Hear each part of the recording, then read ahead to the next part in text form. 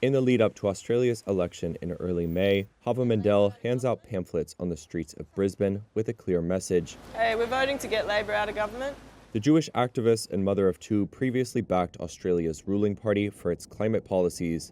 But she doesn't feel that the government has done enough to address a rise in anti-Semitism since the beginning of the Israel-Gaza war in late 2023. I'm Jewish, my parents were Jewish, my ancestry is Jewish. But now I'm almost scared to say it, especially when I'm out with my kids. You know, we speak Hebrew at home. It's a second language for us, but I want my children to be connected to it. But I'm scared to speak about it, and I cover up my tattoo. I've heard people in the streets make comments about my tattoo, and yeah, like I don't want to put myself at risk, but I feel at risk sometimes. Mendel helped form the Minority Impact Coalition to boost Conservative candidates ahead of the May 3rd election.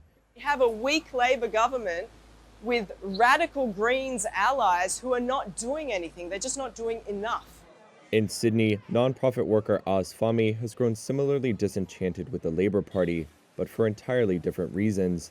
She previously volunteered to get her local representative, Home Affairs Minister and Labor member Tony Burke, re-elected.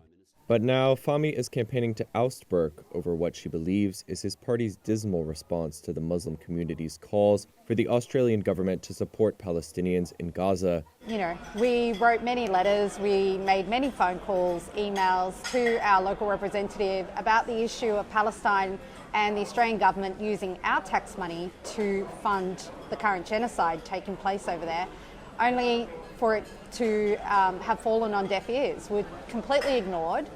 Israel has repeatedly rejected any accusation of genocide, saying it has respected international law and has a right to defend itself after the cross-border Hamas attack from Gaza on October 7, 2023.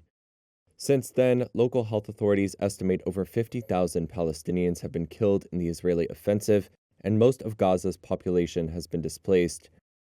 Since late 2023, Prime Minister Anthony Albanese's government has walked a tightrope between expressing concern for Palestinians and supporting ally Israel's right to self-defense.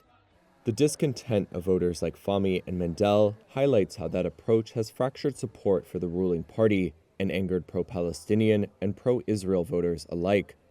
Election experts now say Labor is vulnerable in a handful of lower house seats. It needs to hold its one-seat majority in Parliament and win a second term.